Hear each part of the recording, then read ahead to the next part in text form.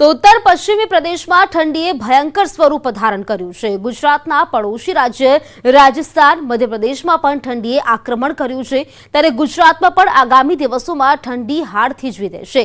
જાન્યુઆરીના આ પ્રથમ અઠવાડિયામાં ઠંડાગાર પવનો પણ જોરદાર ફૂંકાઈ શકે છે। ત્યારે જુઓ શું છે ઠંડીને લઈને હવામાન વિભાગની મોટી આગાહી।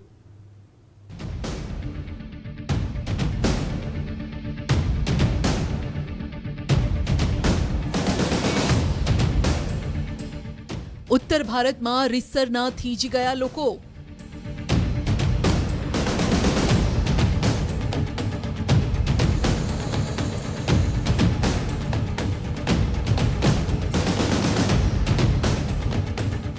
क्यांक बरफ वर्षा तो क्यांक गाढ़ धुम्मस थी परेशान लोको।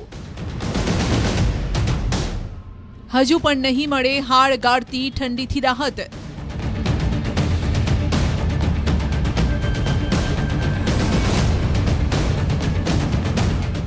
आगामी 8 दिवस उत्तर भारत में शीतलहर की संभावना।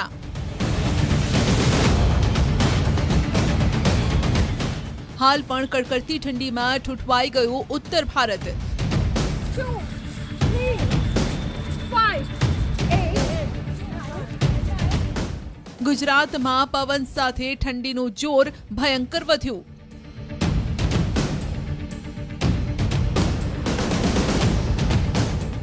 ત્યારે આવી રહી છે રીસરની થરથરાવી નાખે તેવી ઠંડી।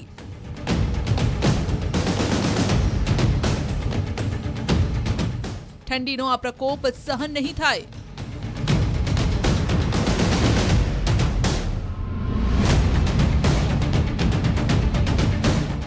સમગ્ર ભારતમાં શીતલહેરનો અનુભવ થઈ રહ્યો છે। જ્યાં જુઓ ત્યાં ગાઢ ધુમ્મસ જોવા મળી રહ્યું છે। તેમાંય ખાસ તો ઉત્તર ભારતમાં હજુ એક સપ્તાહ સુધી ઠંડીથી રાહત મળે તેવી શક્યતાઓ ખૂબ જ ઓછી છે। શીતલહેરના કારણે પૂર્વોત્તર અને ઉત્તર ભારતના રાજ્યોમાં ભયંકર ઠંડીના કારણે જનજીવન ખૂબ જ પ્રભાવિત થઈ ગયું છે। કેટલાય રાજ્યો એવા છે કે જ્યાં સવારના 10 વાગ્યા સુધી ગાઢ ધુમ્મસ રહેતા વાહન ચાલકો પણ ભારે હાલાકી ભોગવી રહ્યા છે। સતત ગાઢ ધુમ્મસ રહેતા લોકો થીજી ગયા। બીજી તરફ હિમાલયન બેલ્ટમાં પણ બરફવર્ષા થઈ રહી છે।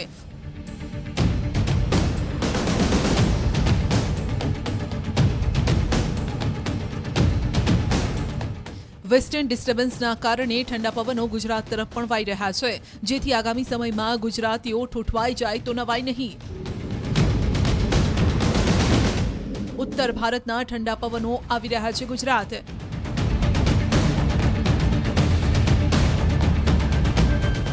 ठूठवी नाखे तेवी ठंडी माटे रहजो तैयार। ठंडा पवनो करशे लोकोना हाल बेहाल।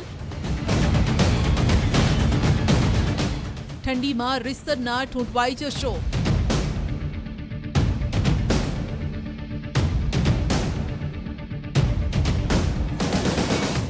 गुजरात में हवे ठंडीनो महाआक्रमण।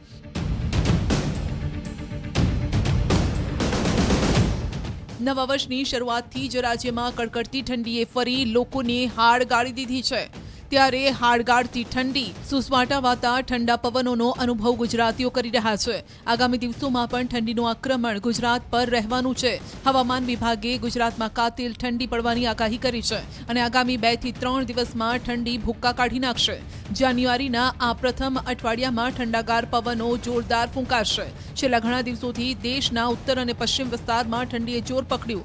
દેશના ઉત્તરી ભાગના રાજ્યોમાં શીતલહેર વ્યાપી, જ્યાં હાલ તાપણું પણ કામ નથી લાગી રહ્યું। તેમાં ઉત્તર ભારતમાં ઠંડીએ લોકોને થીજાવી દીધા। આ ઠંડા પવનોએ ગુજરાતમાં પગ પેસારો કર્યો છે। ગુજરાતના કેટલાય શહેરોમાં વહેલી સવારે ગાઢ ધુમ્મસ પણ જોવા મળી રહ્યું છે, જેથી આગામી એક અઠવાડિયામાં ઠંડી પોતાનું જોર બતાવશે। ગુજરાતમાં પણ કહી શકાય કે હવે દિવસો દૂર નથી જ્યારે વહેલી સવારે કે મોડી રાત્રે તાપણું કર્યા વગર નહીં ચાલે।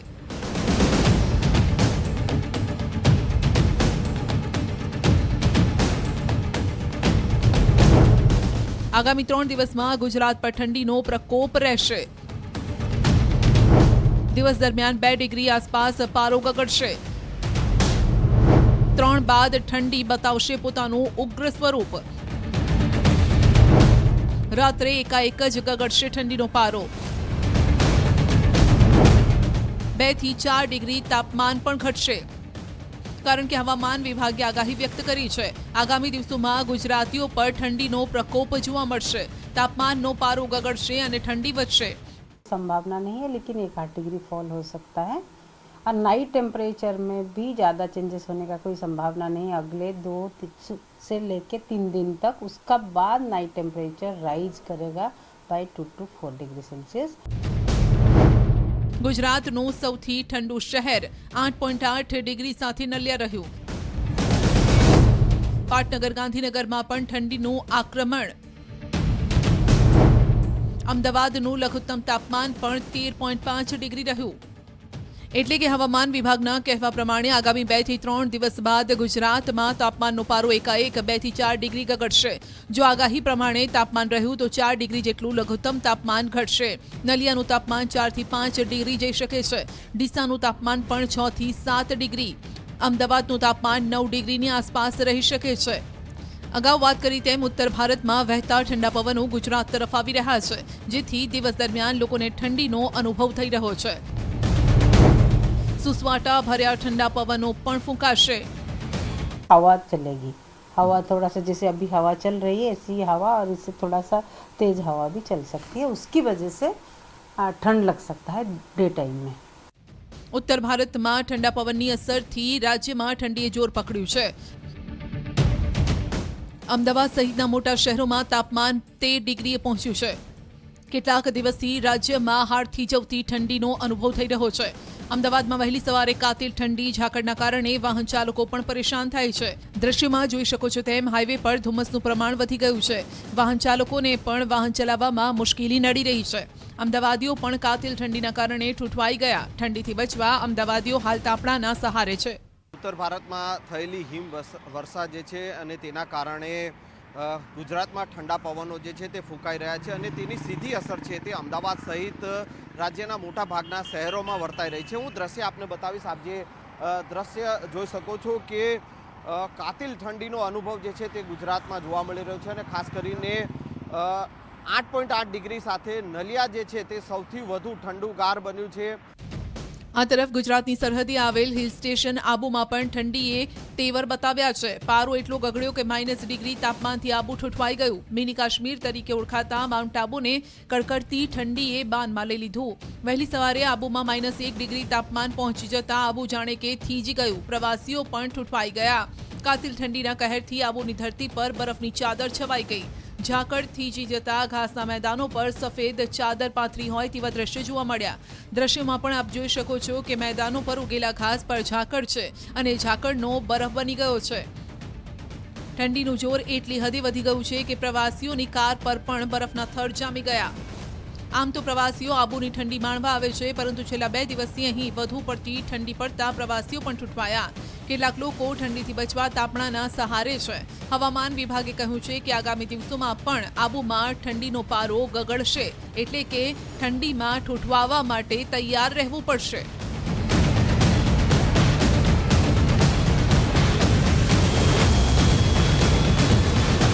માત્ર આબુ જ નહીં ગુજરાતના પડોશી રાજ્યો પણ ઠંડીની ઝપેટમાં આવી ગયા છે। રાજસ્થાનમાં ઠંડીએ માઝા મૂકી છે। રાજસ્થાનના લોકો કાતિલ ઠંડીના કારણે હેરાન છે। ગાત્રો થીજવતી ઠંડીના કારણે તેઓ મુશ્કેલીમાં છે। રાજસ્થાનના અલવરમાં લોકો ઠંડીના પ્રકોપના કારણે થથરી રહ્યા છે। અતિભારે ઠંડીના કારણે લોકો ઘરમાં જ રહેવા મજબૂર છે તો લોકો સૂર્ય નીકળવાની રાહ જોઈ રહ્યા છે। બીજી તરફ વાહન ચાલકો પણ ભારે ધુમ્મસના કારણે મુશ્કેલીમાં છે। દ્રશ્યમાં જોઈ શકાય છે તેમ ચારે તરફ ઠંડીનો મારો છે। और चारों ओर कोहरे का जो है प्रकोप है वो देखने को मिल रहा है। कोहरे का कहर इस तरीके से है कि आप देख सकते हैं कि यहाँ जो पास में एक खेत हैं वो खेत में जो गेहूं की फसल है वो बोई हुई है लेकिन अभी तक कुछ भी दिखाई नहीं दे पा रहा है। मात्र जो गेहूं है वो हल्का हल्का सा दिखाई दे रहा है। इसके अलावा अब आप देख सकते हैं कि जो चारों ओर है वो कोहरे का जो प्रकोप है। कुछ लोग जो यहाँ हैं वो अलाव ताप कर सर्दी से बचाव करते दिखाई दे रहे हैं। પડોશી ઠૂંઠવાઈ રહ્યો છે ત્યારે આગામી સમયમાં ગુજરાતમાં પણ ઠંડી વધશે કારણ કે રાત પડતાની સાથે જ ઠંડા પવનો ફૂંકાઈ રહ્યા છે। જો કે હવે આગામી સમયમાં ગુજરાતીઓ માટે ગુજરાત કાશ્મીરમાં ફેરવાઈ જાય તો પણ નવાઈ નહીં।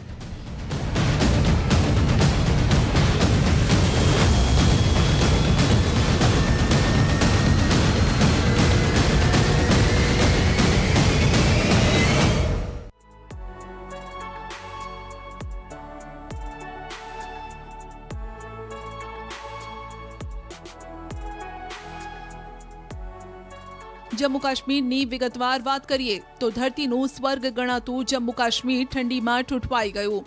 કાશ્મીરના લોકો પર છેલ્લા 7 દિવસથી ભયંકર ઠંડીએ આક્રમણ કર્યું.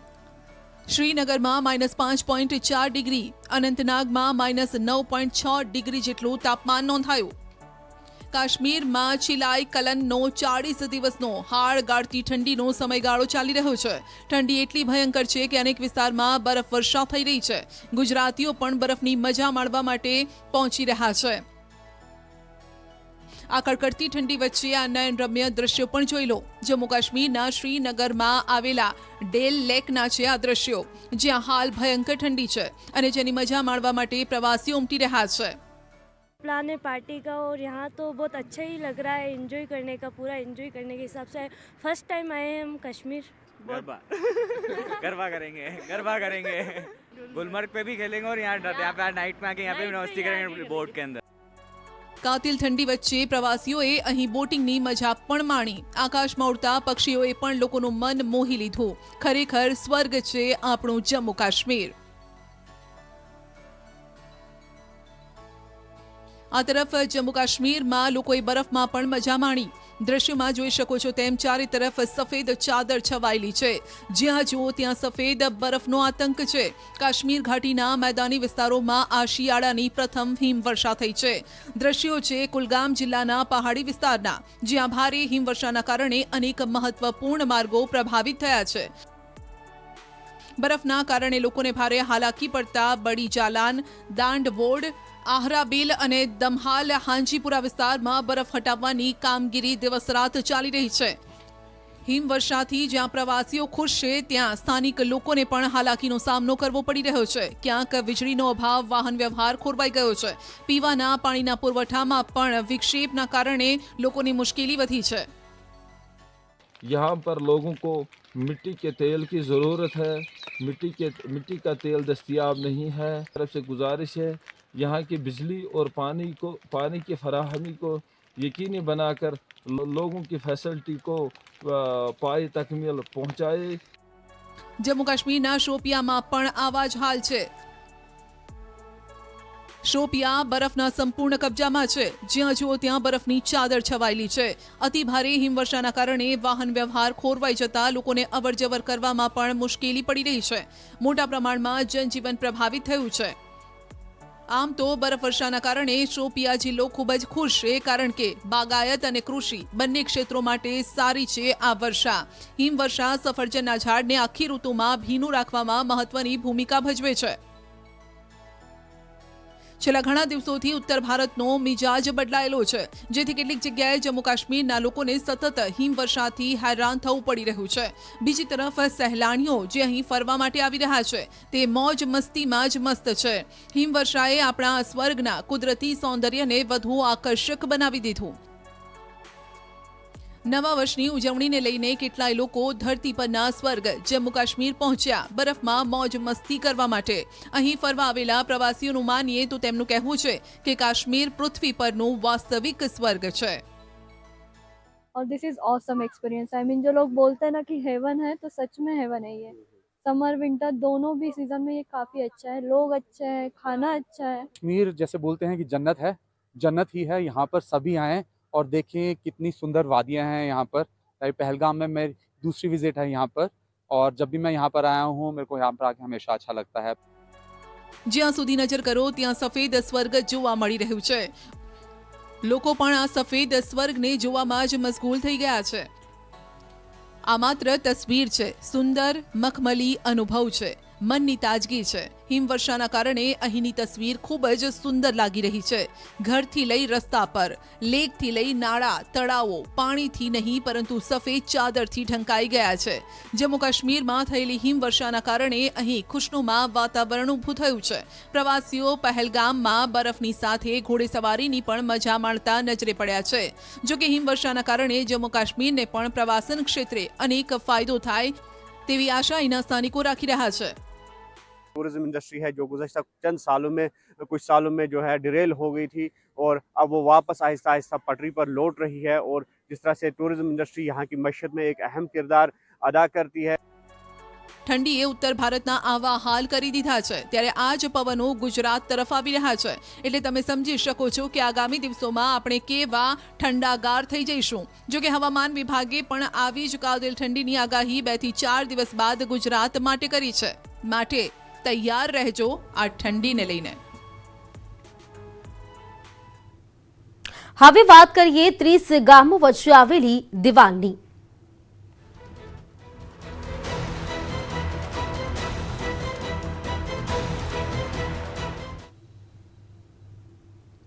તો વલસાડ જિલ્લાના કપરાડા તાલુકાના 15 ગામો અને સંઘ પ્રદેશ દાદરાનગર હવેલીના 10 થી વધારે ગામોની વર્ષો જૂની સમસ્યાનો અંત આવવા જઈ રહ્યો છે.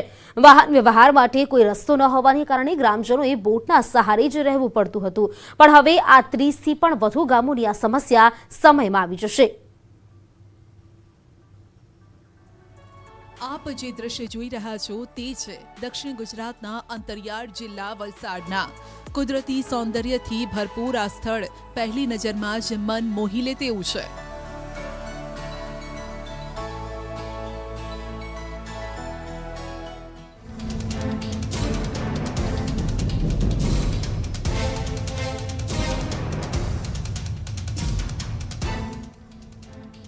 પણ કહેવાય છે ને કે ડુંગર દૂરથી જ રળિયામણા.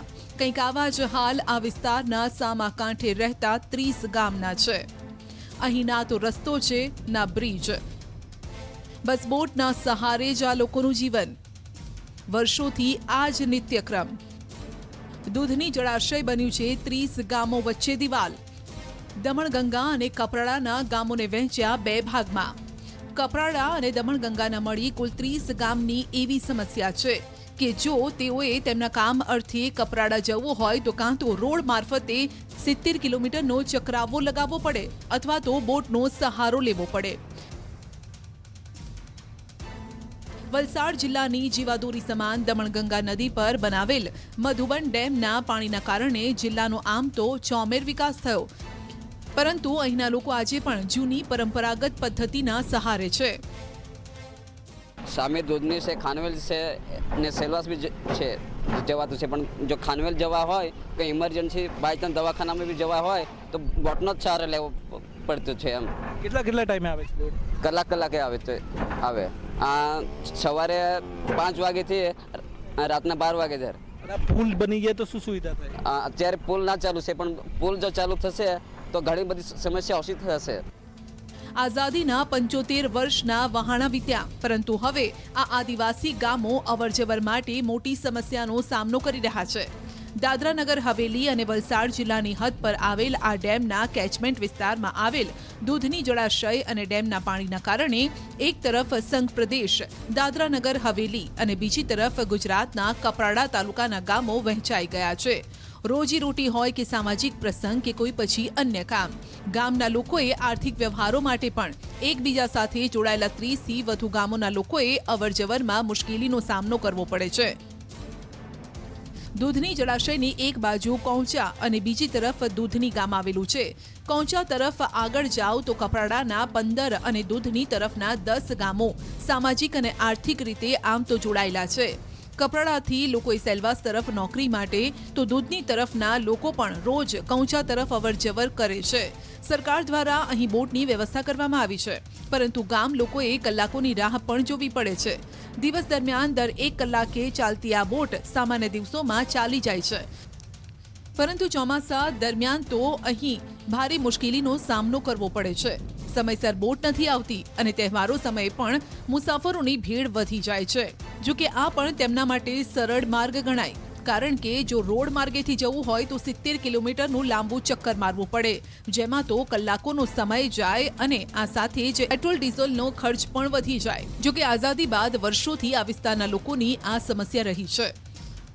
વલસાડ જિલ્લાની જીવાદોરી સમાન મધુબન ડેમ આપ જોઈ રહ્યા છો. અફાટ છે, પાણી દેખાઈ રહ્યું છે, દૂર દૂર સુધી અહીં આગળ પાણી દેખાઈ રહ્યું છે. આ ડેમની સામેની સાઈડ છે સંઘ પ્રદેશ દાદરાનગર હવેલીનો વિસ્તાર લાગે છે, જ્યારે અહીંયા આગળ આ જે કિનારો છે અહીંયા આગળ ગુજરાતના કપરાડા તાલુકાના છેવાડાના ગામ લાગે છે. આપ જોઈ શકો છો આ ડેમને કારણે અહીંયા આગળથી લોકોને આ બાજુથી સામેની સાઈડ જવા માટે કોઈ રોડ માર્ગે રસ્તો નહીં હોવાથી આવી જ રીતે આ બોટની અંદર પોતાના વાહનો સાથે છે અહીંયા આગળ લોકોએ અવર જવર કરવી પડે છે. આ બોટ બોટની સુવિધા છે, કલાકે અહીંયા આગળ છે બોટ છે અહીંયા આગળ મૂકવામાં આવે છે અને અહીંયા આગળ જે સંઘ પ્રદેશ દાદરાનગર હવેલીથી આ બાજુના રસ્તામાં જેને આવવું હોય છે એ આ બોટમાં પોતાના વાહનો સાથે આવવું પડે છે, પરંતુ અહીંયા આગળ જે રોડ માર્ગે જવું હોય તો કલાકો અને કિલોમીટરો સુધીનો લાંબો રસ્તો જોવો પડે છે. પરંતુ આપ જોઈ શકો છો અહીંયા આગળ સામેની સાઈડથી આ બાજુ લોકોને આવવા જવા માટે એક જ માત્ર માધ્યમ છે આ બોટ છે અને અહીંયા આગળથી લોકોએ પોતાના વાહનો સાથે અવરજવર કરવી પડે છે.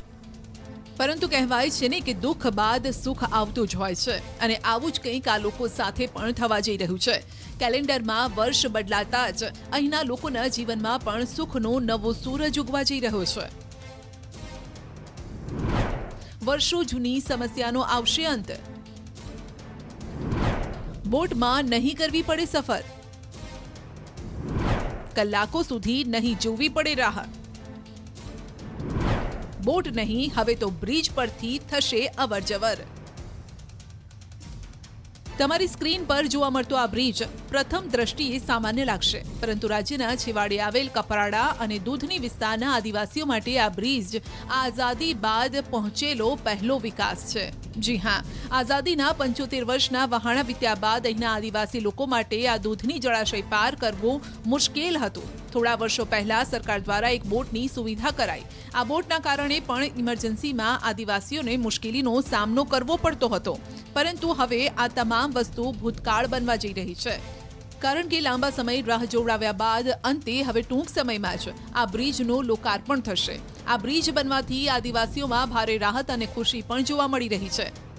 15-20 ગામડા છે આપણા ગુજરાતના, જે કપરાડા તાલુકાના, એ લોકોને ઓફિશિયલી કામ કે દવાખાનાનું કામ માટે ધરમપુર નાના પોંડા જવા માટે એ લોકોને કલાકો સુધી અહીંયા રાહ જોવી પડતે. જે કલાકે બોટ પડે એમાં વાહનોની સંખ્યા વધી જાય તો 2-3 કલાક બી ઊભું રહેવું પડે. એ હવે 2-5 મિનિટમાં જ એ લોકો બ્રિજ પાર કરી અને કપરાડા જઈ શકશે, ધરમપુર નાના પોંડા જઈ શકશે.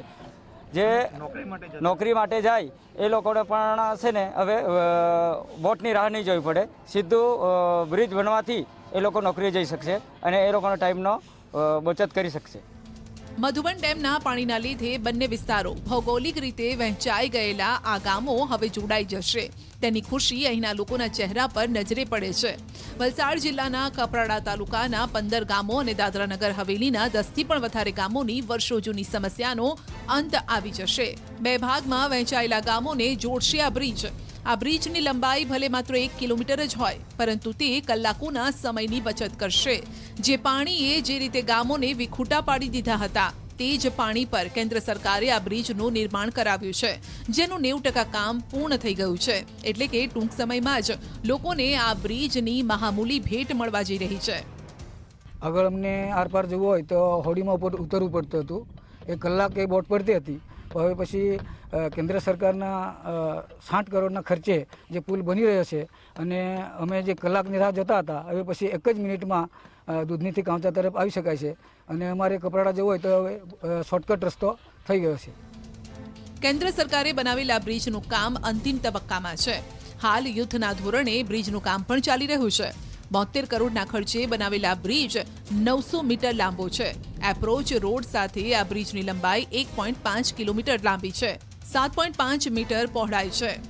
અગાઉ પાણી માર્ગે બંને તરફ અવરજવર કરવા સરકાર દ્વારા બોટની સુવિધા ચાલી રહી હતી. અન્ય કોઈ વિકલ્પ ન હોવાના કારણે માણસો તેમની સાથે જ 2 વ્હીલર 4 વ્હીલર પણ તે બોટમાં જ લાદીને આવતા હતા. વહેલી તકે આ પુલનું કામ પૂર્ણ થઈ જાય અને લોકોના ઉપયોગ માટે આ પુલને ઝડપથી ખુલ્લો મુકાય તેની તાલાવેલી તેઓમાં પણ જોવા મળી રહી છે.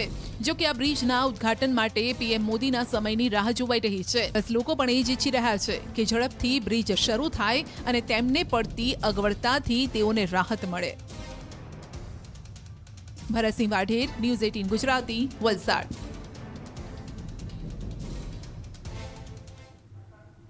તો ગ્રાઉન્ડ રિપોર્ટમાં અત્યારે ફક્ત આટલું જ. રજા આપશો. નમસ્કાર.